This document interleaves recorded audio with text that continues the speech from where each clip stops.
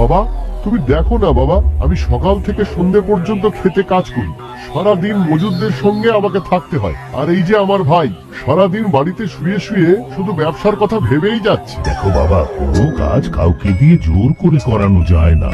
ও এখন ছোট আছে, যেদিন ও বুঝতে পারবে যে ওর দায়িত্বটা কি, ও শুধরে যাবে। সময় থাকতে যদিও শুধরে যায় তাহলে ওর জন্যই সেটা ভালো হবে।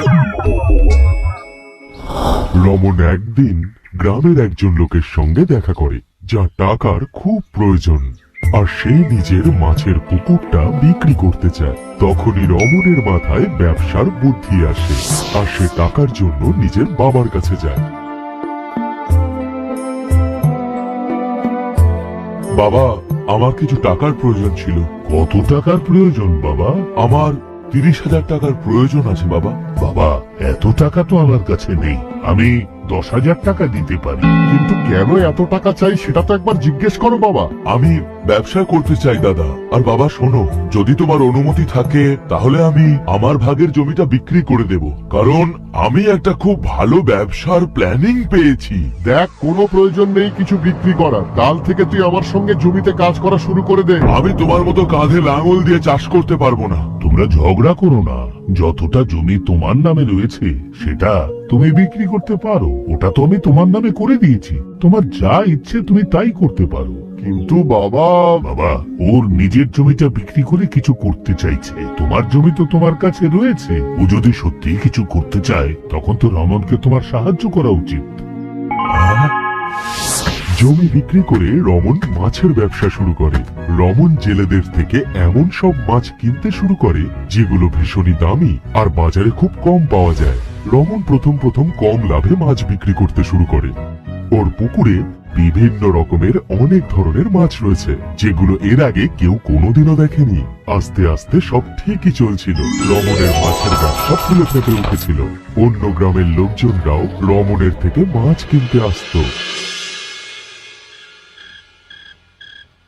একদিন রাতে জগন সবকিছু লুকিয়ে লুকিয়ে দেখছে।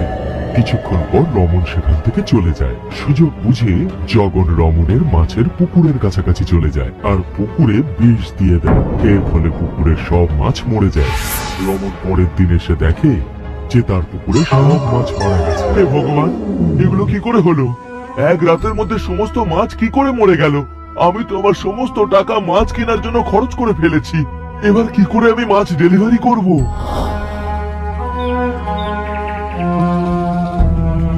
দাদা, আমি এখনই মাছের দাম দিতে পারবো না, আমার একটু সময় প্রয়োজন, কিন্তু আমি খুব তাড়াতাড়ি টাকা মিটিয়ে দেব। আরে কোনো ব্যাপার নয়, আপনি মাছ নিয়ে যান না, যখন বিক্রি হবে টাকা দিয়ে যাবেন। সবসময় তুমি ডেলিভারির সময় টাকা দিয়েছো, এবার না হলে তুমি পরে দিয়ে যেও। রমন পুকুরে আবার নতুন মাছের চাষ শুরু করে, আর সেই মাছগুলোর মধ্যেই রমন একটা সুন্দর দেখতে মাছ দেখতে পায়। যেই মাছটা শুধুমাত্র দূরে সমুদ্রে পাওয়া যায়, যার দাম কয়েক লাখ টাকা।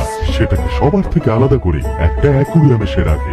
রমন আবার তার বিজনেস ভালো মতো চালাতে শুরু করে। আস্তে আস্তে সব ঠিক হয়ে যায়।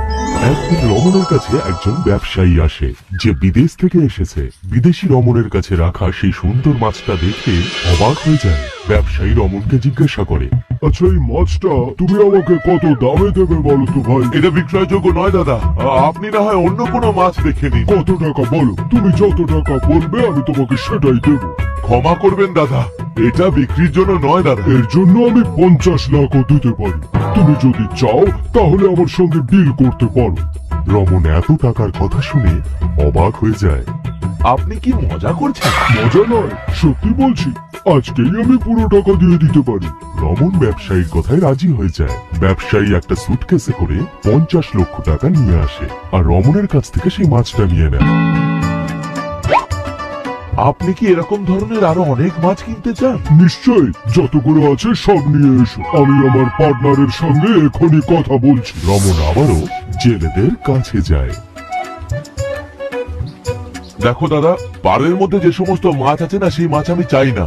সমুদ্রের একদম গভীরে যে অন্য রকমের মাছগুলো পাওয়া যায় সেগুলো আমার চাই। আরে ভাই, সেখানে আমাদের যাওয়াটা কিন্তু খুব ঝুঁকিপূর্ণ। আমি কিন্তু টাকা অনেক দেবো দাদা, কিন্তু আমার ওই গভীর সমুদ্রের মাছগুলোই চাই।